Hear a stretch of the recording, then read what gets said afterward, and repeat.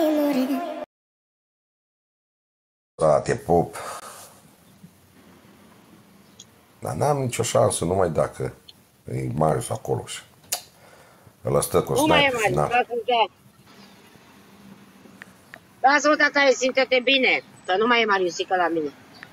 Ei, nu, eu schior. Nu mai e omul la muncă, stă de mine.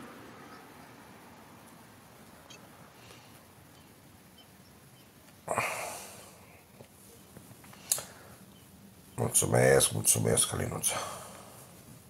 Ah, tu scurul mătii de pisică, bă, dai nebună pisica asta, bă, Acum dau tap-tap singură. ca câinele.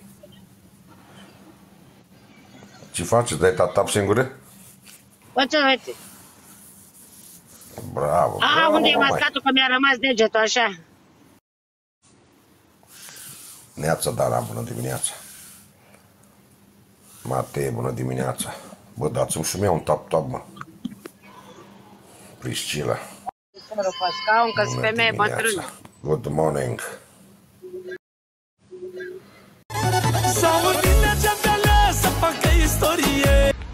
Instalatorul. Bună! Ce copil frumos! E al tău? Dar nu se vede. Și voi când faceți? Ian sau Petre Ștefan? Petre Ștefan. Petre Ștefan sau Bacovia?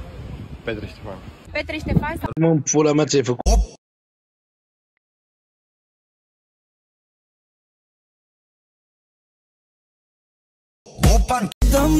Varei, nu mă năduși. Lasă-mă să respir, lasă-mă să sună directorul.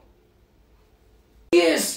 Doamna, haideți să vă spun eu cum facem, că am vorbit și cu doamna profesoară. Îl lăsăm frumos cu origen pe drăgușor, da? În șoc, profesoara ta să coțăi cu directorul, drăgușor. Las că o pun eu la punct.